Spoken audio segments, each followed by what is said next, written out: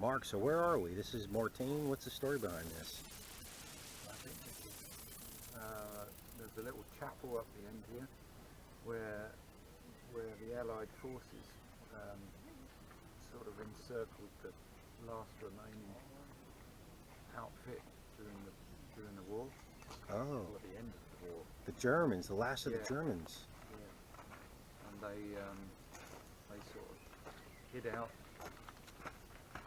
at the end here in the little chapel until eventually they gave up. This is it. This is the last stand. We have a place like this in America called the Alamo. Right. So this is the last stand of where the Germans made their last stand. The last of World War II. Ooh, 44. Were there 44 people? How does that say 44? 1944. Oh, 1944. Wow. I wonder what that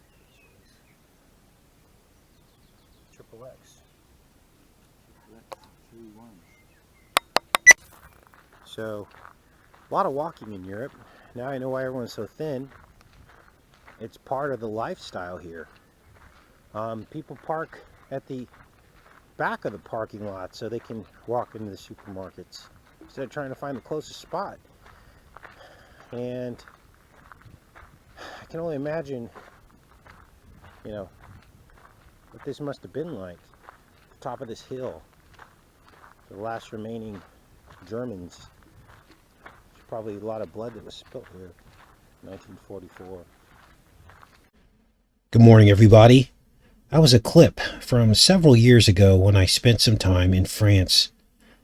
And with everything going on in the world, I thought this would be a perfect opportunity to recap World War Z. What are you talking about, Casey? Well, when you take the letter Z, it is often drawn with 3 separate strokes. World War III. Now, are we in the midst of World War III? I believe that we are. World War III is a war that involves every single citizen in the world. Economic war. The war of energy. And as the world players have their war games, it is we who suffer. We had the world war against people who did not agree with the agenda for VidCo-19 and the spam-demic.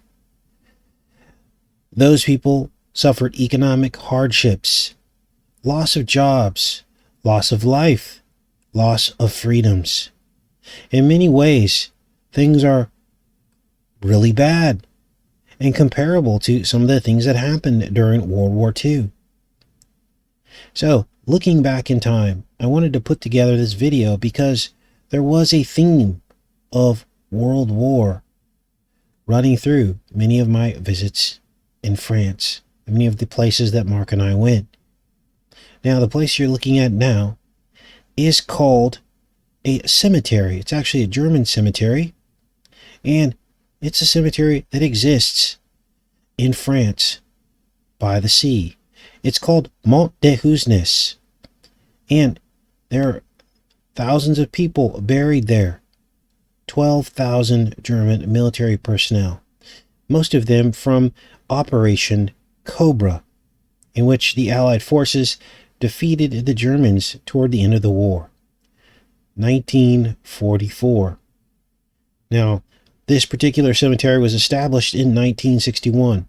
And Mark and I visited this cemetery, but unfortunately I didn't capture any footage from it. But I thought I would tell you the story now. That this is all about sacrifice. Human sacrifice.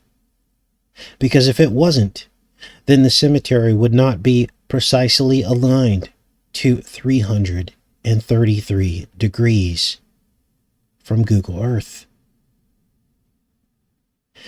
So you see, things are not what they seem, are they? Things are not what they seem. The other thing I noticed about this particular cemetery as it seems to have the shape of a syringe. Interesting given the times that we're in, isn't it? Let's keep watching and see what other themes of World War are running through my experience and my time in France.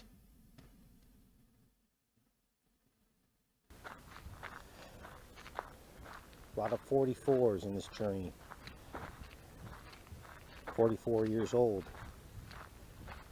And we're approaching this lookout here. I'll turn the camera back on and see what we see up here. She met an amazing woman who actually served in the Gulf War. I guess we can show the back of her head maybe. 60 years old, and told us that they had actually flown in body bags and chemical weapons. And when she saw that happening in the military, that's when she saw the corruption in the military. This is, of course, sensitive information. She denied an on-camera interview, but we were able to ask her quite a few questions. She's here visiting some of the World War II memorials she works with. And there aren't that many left, but gosh, that was pretty Holy Spirit filled, wasn't it, Mark? Exactly. Pretty cool. Yeah. So, well, I think we're going to take off from here. Looks like the haze is starting to build up, and here we are. English Channel. Almost missed breakfast. Guess Mark and I were having too much fun last night. Beaches in Normandy. There it is. It's actually off to the right. Look at this channel here. You can see the channel. We're coming in this narrow channel. And then look behind us. Look at the tidal surge there. These are very shallow waters. Beautiful. What do you think, Mark? Yeah. Allied forces. Wasn't too long ago in history, was it? No, it's 44. 1944. Pretty amazing. Had no idea probably what they were getting themselves into. No idea that the German resistance would be so fierce. What do we call it again? Invasion. What was it called? Oh, Overlord. Invasion of the Lord. Here we go. Good fishing. It's a regular cruise ship here almost. This is the shot here.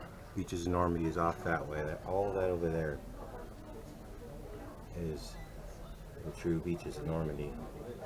We're coming in through this channel. Didn't get seasick last night, which normally I do. Alright, breakfast down the gullet. And now for the drive over to the properties.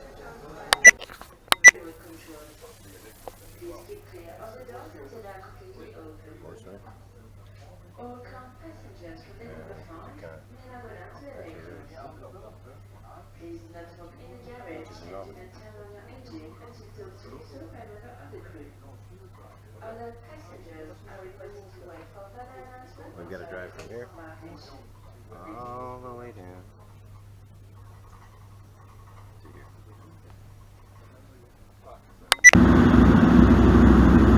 here. Exiting the ferry.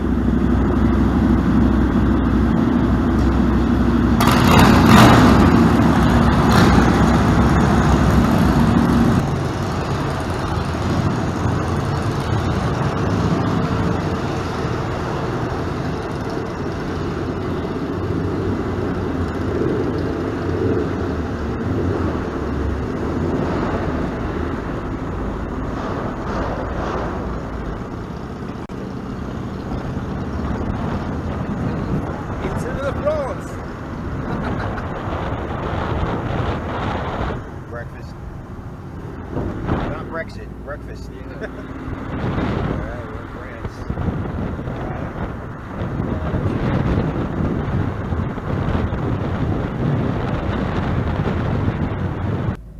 Look at that ship. That's pretty amazing.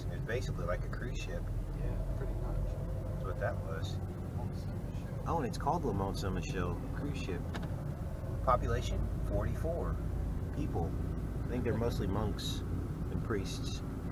And here we are. So we're going to go through immigration. This is where they would stop me. So we have a terror advisory on you. You've been marked for non-travel.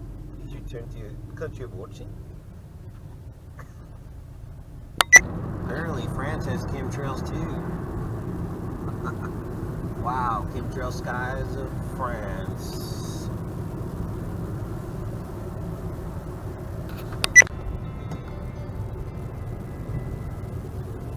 France. Chemtrail skies. Can't escape it, you guys. Nowhere to run. Check this out. That is a croissant with, I think it's got chocolate Nutella in it. Canoe chocolate. Canoe chocolate. Pan. Oh, Again. pan or chocolate. Canoe chocolate. Yeah. Chocolat. Chocolat. Yeah. Chocolate. Look at that. That is good. So this is the church. We're in Avranches. It's one of the last places of Normandy to be liberated by the Allied forces. So, wow, the beaches of Normandy were being liberated. Avranches was still under the control of the Germans. And it was a very interesting time for the local French people. But here's the main church. We were inside, but we're didn't have the camera. So, this, what is this called, Mark? The gardens? Yeah.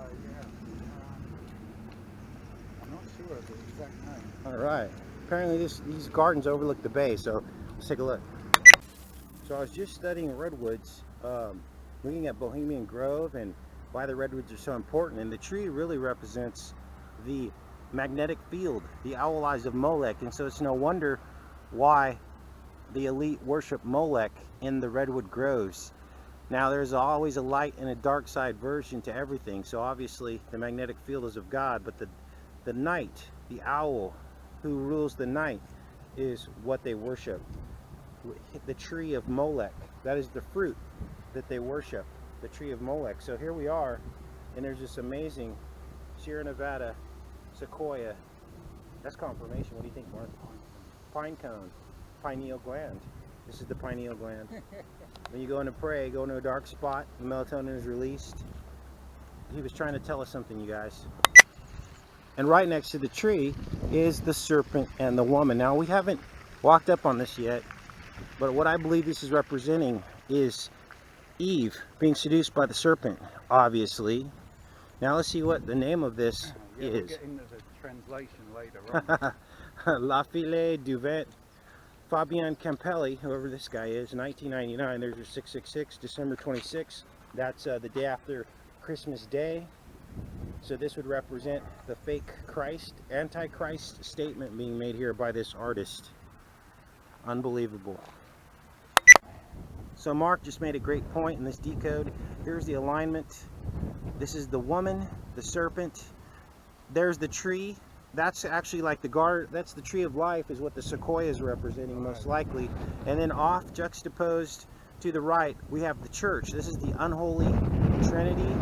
Okay, but remember the sequoia here represents the dark tree. This is Molech. Here's the serpent, and then there's the church. That's how the evil one rules man. And see how it's laid out like the belt of Orion?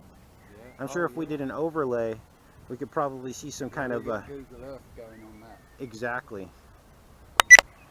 That's carved for a purpose. Yes, and it's carved from wood for a purpose because it's the trees, right? This could have been made out of any other material. Because they've only got one open. Yeah, and Mark noticed the gate. They want you to go through the church to get to heaven. Okay, that's why the gate is in the middle, separating us. Okay, separating the woman from heaven, separating earth from heaven. They want the church to be heaven. You see all the X's on that fencing? That's meant as a purpose. It was one of the first things we noticed when we walked through the gate, was the lattice work of the X's.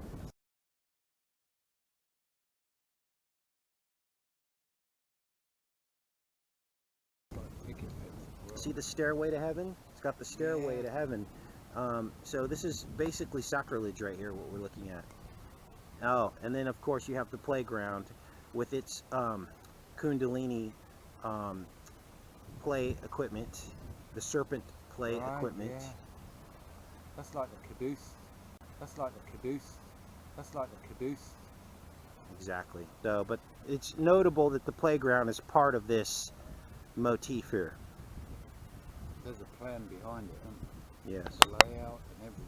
And Exactly. probably the pathways are all symbolic of something as well. Yeah, like When we you could do a see this Google from the sky. Exactly. Yeah. That might be the eye right there. See that circle with the water? There's the Right. vitreous humor of the eye, the optic nerve coming out.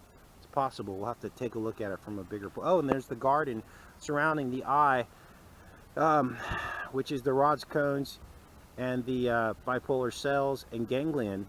They look like grapes, figs, and pomegranates lining the inside of the eye. So that those flowering there is supposed to represent fruit.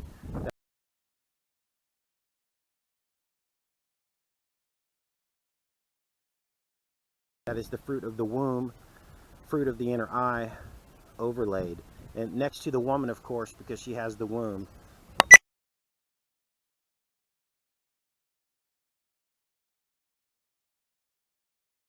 So this does actually fit in with the eye. So that's what you're looking at with this fountain here. And see the iris is the woodwork around the fountain. See that woodwork? That's the iris. Opening and closing is the aperture Right, yeah. into this material reality.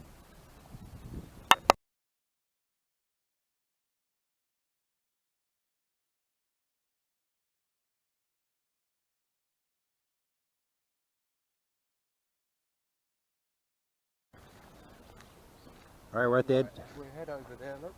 edge of the garden, and Oh man, what happened? Oh yeah, oh there it is. look at the river snaking out to the sea. Oh yeah, there it is. Comes right by here, doesn't it? Can we go up here? Can we have a look? Yeah, let's go up here. All right, so we're at the edge of the garden, and this is again a branch, and this is the view from here. There's Le Mont Saint-Michel in the middle of that estuary. We'll be visiting that castle in future videos, so stay subscribed. And that estuary is world renowned for being able to be indefensible against armies going back thousands of years, at least 1,000 years, and maybe even closer to the time of Christ, when the first settlements were on that island out there. There's a huge castle. So Mark noticed how the river was snaking around there. They want us in their banks, the financial system, the banks of the river, and the currency of the current, Yeah, banks of their river. and the currency of the current. And this is how they keep us controlled. This is the serpent system. The dollar sign is a snake wrapped around the pole, which is the woman we saw right now. So all this links in together. What I didn't know is there was a smaller island to the right. I didn't see that the last time I was here in 2002. That's called Mont Dol. Mont Dol? Oh wow. Oh yeah, Mark's got to Yeah, you might want to get that. scan this. This is kind of the legend of this. All right, guys. This dam was built in like 1933, and believe it or not, it was actually built by the same guy that did the Jesus on the cross in Brazil on the top of that mountain. There's actually a plaque over here talking about that. And so what has happened is this dam has been building up this sediment since before World War II. I believe when Hitler took over this part of France, that he was basically took control of this dam, realizing it was of high importance. There's a lot of history behind this particular dam.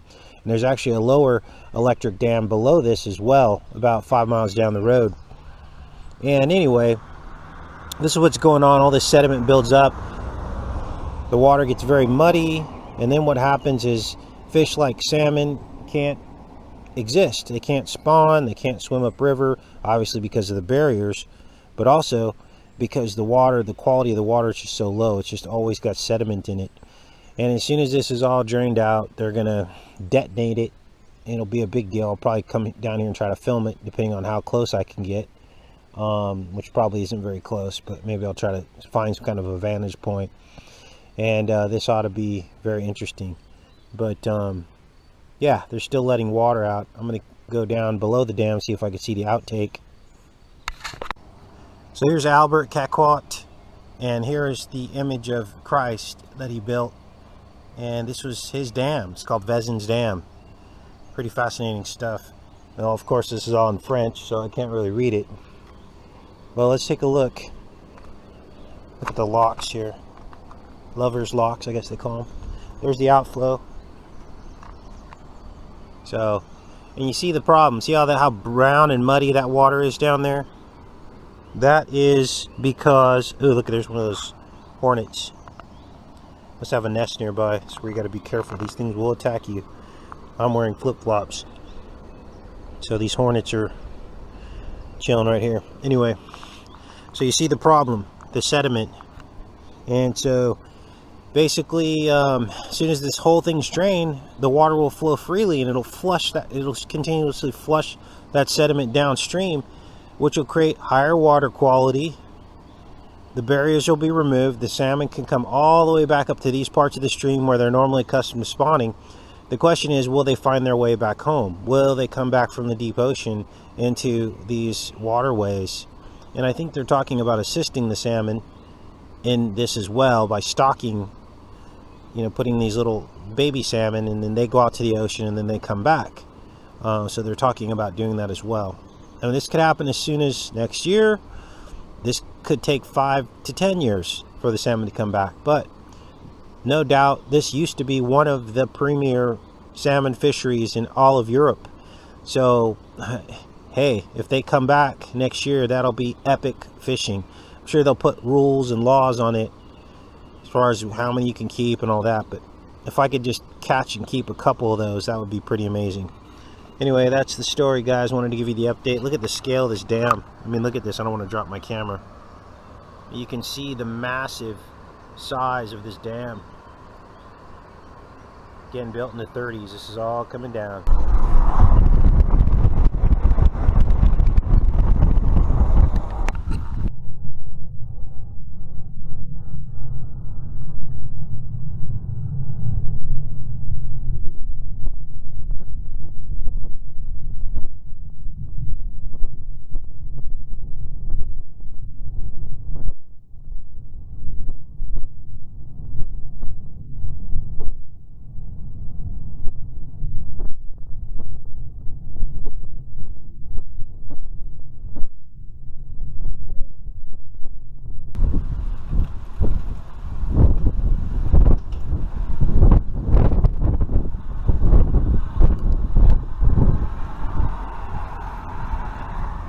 Big thunderstorm rolling in here. Look at the size of that.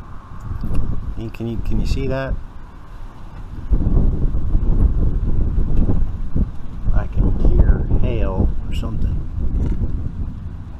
Whoa. It's serious weather here.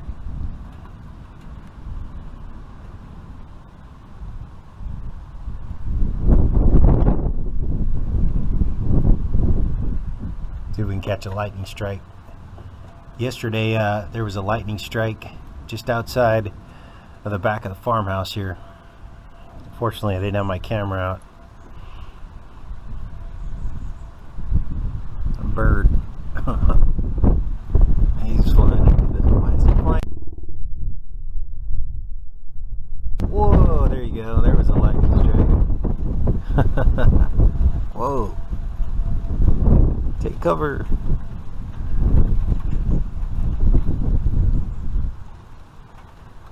It doesn't even look real.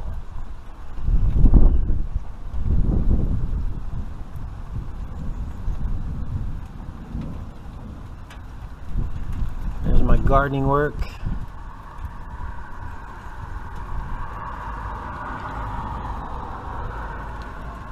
Nice little round bushes.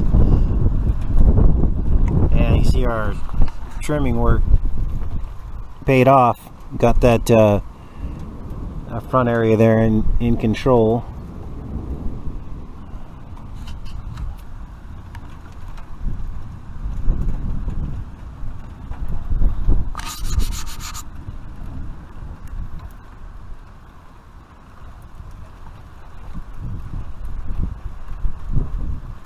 There's the front. Whoa, it's coming down good now.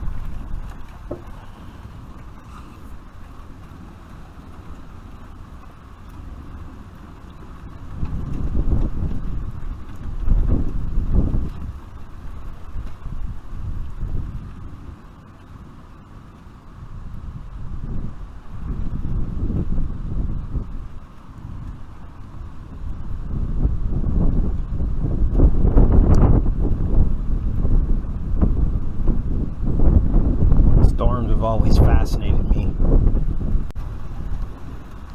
Now, a lot of people, you know, see this stuff all the time, but growing up in California, I don't know, maybe it's the topography or how the weather works there, but we didn't really see this a whole lot. I've seen maybe a thunderstorm 5 times in my life growing up in California. A serious one like this anyway.